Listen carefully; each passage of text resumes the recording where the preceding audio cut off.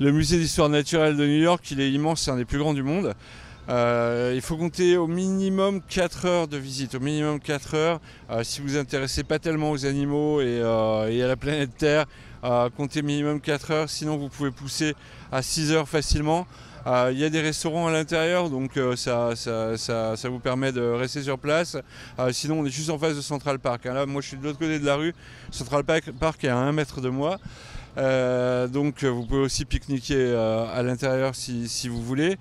Qu'est-ce qu'on y voit à l'intérieur de ce musée d'histoire naturelle? On y voit absolument tout ce qui concerne la Terre, ses paysages et puis les animaux et les humains qui peuplent la planète et les 5 continents.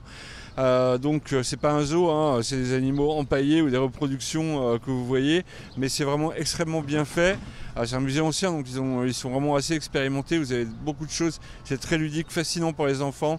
Qu'est-ce qui m'a plu moi? Alors il y a beaucoup de choses sur les États-Unis quand même, évidemment, que vous ne verrez pas dans un autre musée d'histoire naturelle comme à Paris par exemple. Vous avez beaucoup plus de pièces sur les animaux américains, les paysages américains, ce qu'ils appellent les Indiens. Donc ça c'est vraiment assez fascinant aussi. C'est-à-dire les peuples autochtones, les premiers peuples qui peuplaient l'Amérique.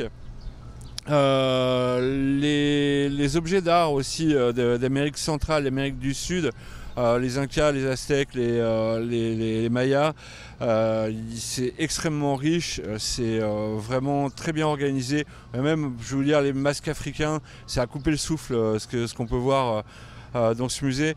Donc voilà, regardez, ça vaut le coup, c'est pas quelque chose de spécifiquement américain, mais vous trouvez beaucoup de choses américaines. Vous pouvez aussi y aller à la carte, hein, rester quelques 2 heures ou 3 heures pour aller voir simplement les pièces que vous souhaitez voir ou les expositions temporaires, parce qu'il y en a aussi.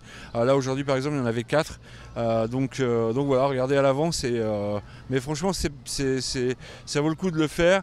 On est à peu près au milieu de Central Park.